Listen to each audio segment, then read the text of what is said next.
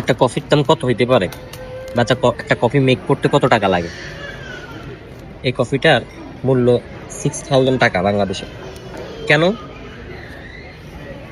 কারণ হচ্ছে কি, আপনি 17 তলার উপরে উঠে এরকম একটা সুন্দর কফি উপভোগ করতেছেন, এরকম একটা ভিউ এর সাথে। এই যে এই এই মোমেন্টটা আপনার জন্য তৈরি করার জন্য তাদের একটা ইনভেস্টমেন্ট করতে হয়েছে। ওই ইনভেস্টমেন্টের মূল্য হচ্ছে গিয়ে 6000 টাকা। কফি 6000 টাকা না।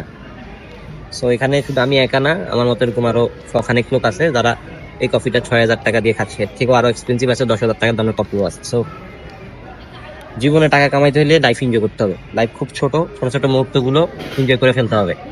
এই টাকা নিয়ে আমি যাইতে পারবো না। এই কফিটা খাইলে এই কফির এই দৃশ্যটা আমার সবসময় মনে পড়বো। এরকম একটা প্লেসে আমি কফি খেয়েছিলাম। কিন্তু আমি যদি না খাইতে পারি, মরে যাবো 2 দিন পরে। আমি কালকে মরে যেতে পারি, কফি খাইতে খাইতে মরে যেতে পারি। সো মরার পরে এই টাকা আমার ভ্যালুলেস, আমার জন্য ভ্যালুলেস। এরপরে কে কি করবে আই ডোন্ট নো, বাট আমার জন্য ভ্যালুলেস। তো যতক্ষণ টাকা আছে এনজয় করো বাবা, আমার এটাই মান। যতক্ষণ টাকা আছে উড়াও, শুধু উড়াও।